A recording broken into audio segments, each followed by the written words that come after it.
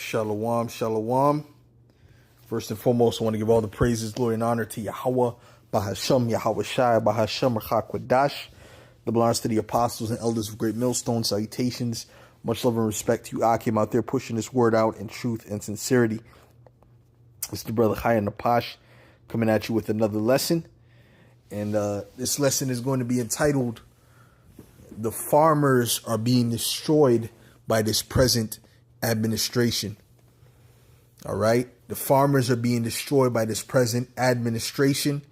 I was doing some research, of course, utilizing ChatGPT, right? Which we do. We utilize the ChatGPT, and it's been a very good help to the prophets. All right. So Esau, everything that he pushes forth really just furthers his downfall. But anyways, the fact is, I was looking into a few different things dealing with these farmers and the fact that Trump cut the National Weather Service, I believe it is, and other fundings to the weather, forecasting and things of that nature. Right. So there's a lot of places, especially the places, the bread baskets are being heavily affected by this. And I want to play a couple videos to kind of highlight this as well. Before I do that, let me get I want to get 2nd Esdras first. Let's get 2nd Esdras, the 15th chapter. Okay, let's go to 2nd Esdras, the 15th chapter. Okay, this is 2nd Esdras 15 and verse 10. It says, matter of fact, if I start up, I'll start at verse 10. It says, "Behold, my people is led as a flock to the slaughter. I will not suffer them now to dwell in the land of Egypt." This land of Egypt is not speaking about ancient Egypt, but the new Egypt, which is America. "But I will bring them with a mighty hand and a stretched out arm, and smite Egypt with plagues as before, and will destroy all the land thereof." Right? The Lord sent plagues of the water. He sent plagues of the crops back then, and he's going to send that back. All right. It's going to hit America in a big way. It's going to lead to famines. Okay. It's going to lead to a lot of suffering and food insecurities. Okay. It says, Egypt shall mourn, Salakia. Egypt shall mourn, and the foundation of it shall be smitten with the plague and the punishment that the Most High shall bring upon it. They that till the ground, which is who? The farmers, shall mourn, for their seed shall fail through the blasting and hail, and with a fearful constellation. So these different things, these different weather patterns are actually destroying these crops, and it's going to increase. It's going to get more weird. We're going to see hail in time when it's not supposed to be hail. All right. You understand? It says, "Woe to the world and them that dwell therein." And it's going to lead to a lot of problems. See, because at the end of the day, the biggest challenge to these people is going to be, or one of the biggest challenges to these people is going to be when the food supply is shut off. In other words, when you're not able to access food, when a famine is here, that's going to mess people up. People are going to change. Okay.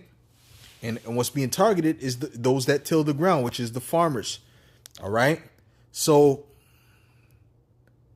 I want to play this video, or a couple videos. I don't give a shit what kind of law you... I've had enough. Yeah, I've had enough of this horse shit. I don't give a shit what kind of law you make. I ain't going to follow it. I ain't paying my taxes this year. I just don't even care. I'm not going to be ruled by tyrants. I'm done. No taxes. I'm not following your goddamn laws that you make that are arbitrary and unconstitutional. I just ain't doing it. I've had fucking enough of your bullshit. Washington State, Oregon, California, kiss my ass. I ain't following no more laws. No more new laws that don't make no sense. Your little snitch line and all your bullshit you got going on. I'm not doing it. I'm not funding your scams and your NGOs and your fucking bullshit. Your wars, your thieving. Yeah, thieving. You loudmouth politicians that don't give a fuck about the common person. I'm done. I've had enough. I am no longer going to participate in your horse shit. And I don't give a fuck what you try to take from me. I come into this world with nothing. I'll go out with nothing. I don't give a fuck. Fuck you and fuck off. And these are the words of someone at their wit's end. Okay? As the saying goes, you know, when a man loses everything, he loses it. You know, so this guy, and this is a farmer supposedly, you know, and he doesn't give a damn. Okay? He doesn't care. Okay? So he's saying he's not following the guidelines that the government put in place anymore, so on and so forth. All right? This is an example of sedition. And on top of that, you best leave me the fuck alone, because you won't like the results if you come out here and try to stomp on my neck. It won't end well. I'm old. And I'm mean as fuck. Leave me alone. See? So that's the sentiment.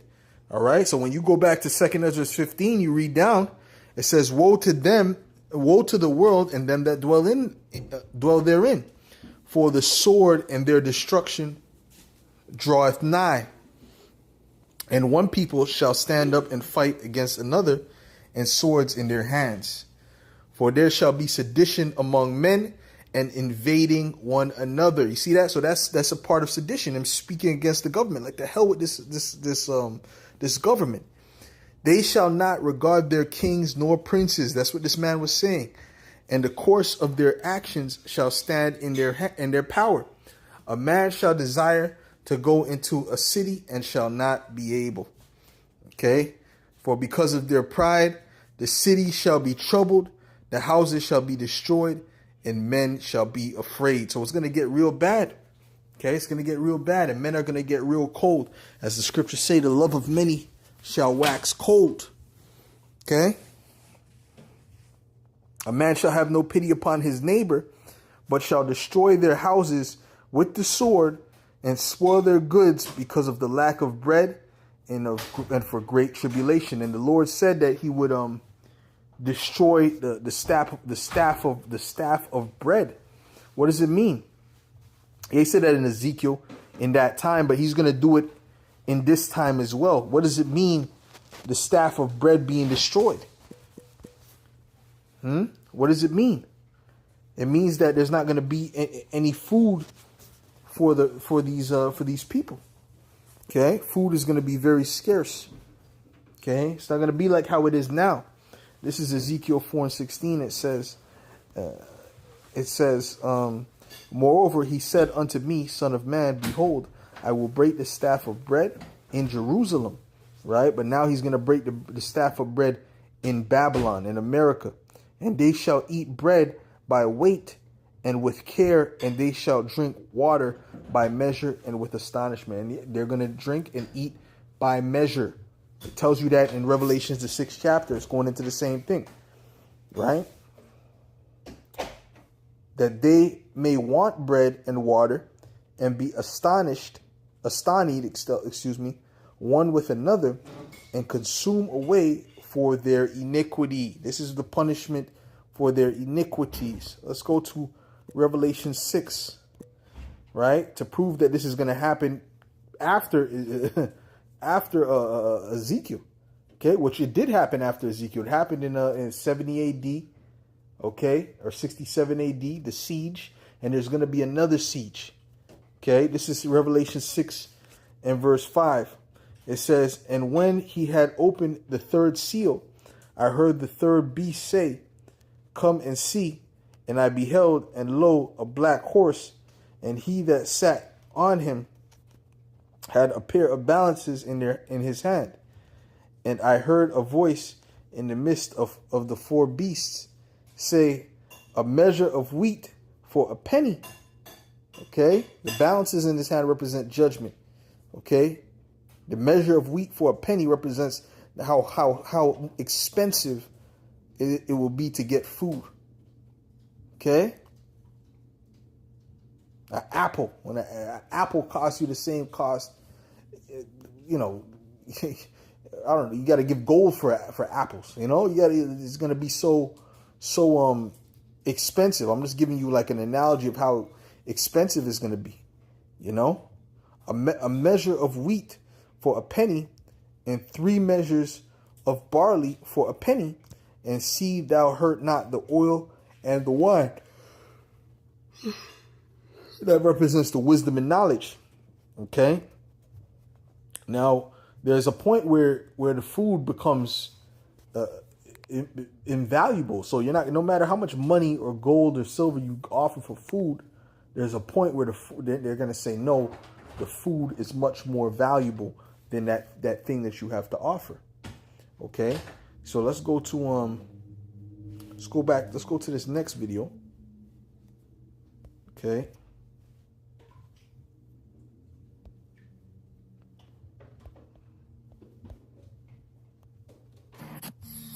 Trump's curse on American farmers is a blessing for Brazil's. Trump killed U.S. soybean farmers who have lost their biggest customer, China. And not only that, they don't know what to plant for next season. A double hit to the bottom line. But one nation's curse is another's good fortune. Brazilian farmers are celebrating a surge in demand from China. Brazil loves Trump because Trump's working for them, or so it seems. Soy farmer Wesley Rosas said it well. Quote, the United States is provoking this fight, but it is Brazil that is going to end up benefiting, unquote. So China was the biggest customer, or one of the biggest customers for the farming market in Babylon. But you know what happened with China. You know what he did with China. So everything that this devil's doing is going against the farmers, you know, and which goes against you Americans. China, the world's largest soybean importer, has shifted its purchases from America to Brazil, which now accounts for over 70%. And don't forget, Salakia, and don't forget he removed the subsidies payments from these farmers, the things that would help them out and so on and so forth. You had farmers making videos saying, "Oh, I don't know what I'm gonna do," right? These so-called white farmers, because according to the reports, the black farmers, they've been surviving without those subsidies. Okay, but now they cut the subsidies, and now they did this tariff war with China. Okay, and on top of that, he took out money out of the national weather what do you call it? The National Weather Service, is it? And which basically he's taking money from these different things that deal with the weather and allowing people to get information on when the weather is coming. When this storm is coming. They're not getting it as efficiently as they used to, which is messing up these farmers even more, because they need to know. Because if they know, then they could prepare. But if not, they're going to lose their crops. They're going to lose their livestock. And that's what happened. Okay, with these recent floods and storms and tornadoes in the Midwest, in the breadbasket. Notice all of these things are happening in the breadbasket. Okay, he said, "I will break the staff of bread."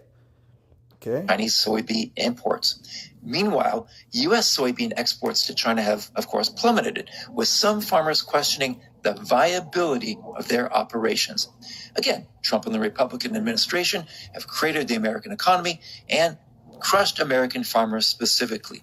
Yeah. They benefit other countries. So if you're an American, it's sad news and hard times to come. But if you're Brazilian and a host of other nations, it's the roaring 20s of the 21st century. Yeah, and you know what? That's gonna, if they could control the food, they control a lot. You know, they control a lot, because the people, they need food to survive. All right.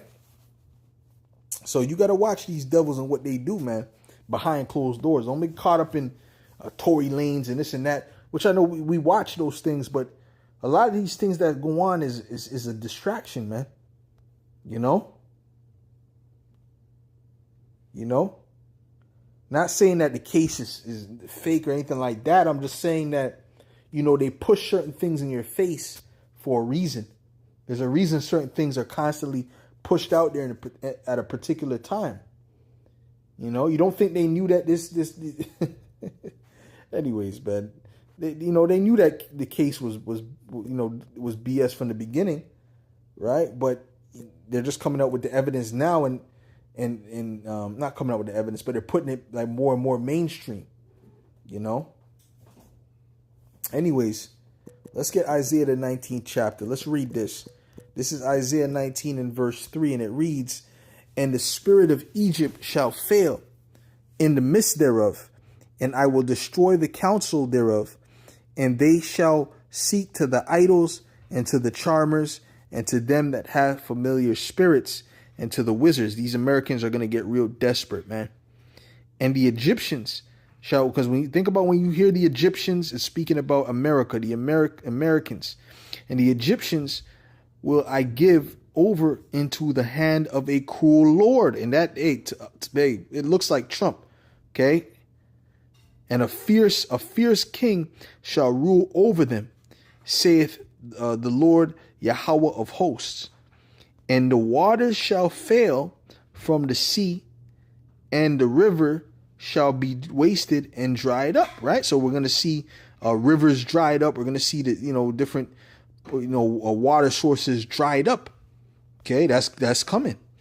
"And they shall turn the rivers far away, and the brooks of defense shall be emptied and dried up. The reeds and the flags, shall wither. The paper reeds by the brooks, by the mouth of the brooks, and everything sown by the brooks shall wither, be driven away, and be no more. The fishers also shall mourn, and all they that cast angle into the brooks shall lament." So even the fishers are going to mourn. It's not just going to be the farmers, it's going to be the fishers as well, because that's also dealing with food. They're trying to knock out the food source, period. They're trying to control the food, period. Okay? And if there's fishes in the sea, that's not going to fly. Okay? "And they that," because let's say there's no more fish and beef. Oh, we can eat fishes. Nope. Right? Look for these different water sources to be dried up. "And they that spread nets upon the waters shall languish. Moreover, they that work in fine flax and they that weave networks shall be confounded." Speaking of what? The farmers. Okay? You got your fine flax. You got your networks dealing with clothing. Right? Where you get the cotton from. The cotton comes from different plantation farms. Okay? You see? "And they shall be broken in the purposes thereof, all that make sluices and ponds for fish. Surely the princes of Zoan are fools. The counsel of the wise counselors of Pharaoh is become brutish." Yeah. Elon Musk supposed to be a wise, intelligent, one of the smartest, one of the geniuses of the world, which is all BS. Okay. We're going to see how good this administration does for you, and how good this government does for you with all their counsel and all their all the budget cutting and all this and that. Like, it's speaking like they're going to create a utopia. We'll see. Okay. Because it's going towards a dystopia. "How say ye unto Pharaoh, I am the son of the son of ancient kings." All right. Let me go to oh gosh, I gotta go back. Click on this thing now again. Okay, so I want to just read a little bit of what was here. Because I prompted it. I had a big long conversation with it. But a lot of information was given. Kind of want to just get the points.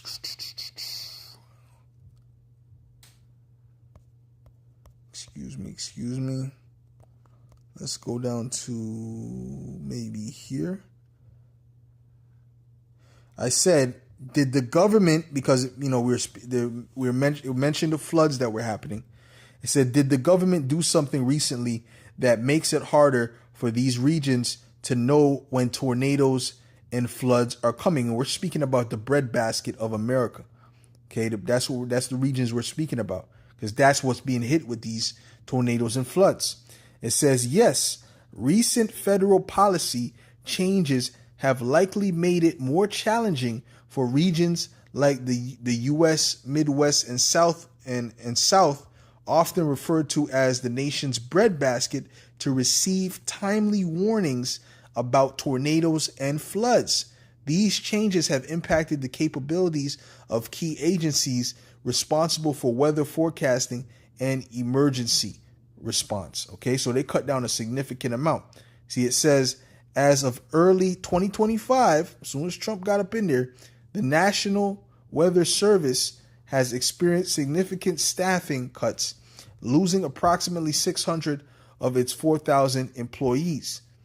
This reduction has led to operational constraints, including the closure of some offices during overnight hours and a decrease in critical activities like weather balloon launches, which are essential for accurate forecasting. Notably, offices in Nashville, Little Rock, and Houston, Galveston have reported vacancy rates exceeding 35%, and that definitely affects the whole system, right? So this is why they're not getting warnings in a timely manner, which the farmers need. And if they don't get warning in a timely manner, they can't prepare. And if they can't prepare, they lose crops, they lose livestock, and they end up in a deeper hole than they already are. Okay? So anyway, so they're masking these budget cuts and all this and that, right, as being something good for the American people, but really it's destroying Babylon. It's destroying America.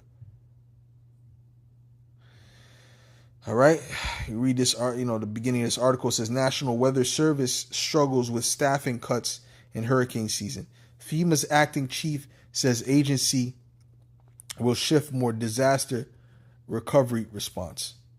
Okay, FEMA has canceled its 4-year strategic plan ahead of hurricane season. So there's a lot of things that's being put in place that really affects these farmers, you know. This is Kenneth Wagoner, a farmer from Cave City, Arkansas, recounted. The tornado that hit Cave City came directly across my property and it wiped out everything. There's nothing, no houses, no sheds, no barns, nothing. And they couldn't get the reports. A lot of these people, well, these people in general couldn't get the reports fast enough. Why?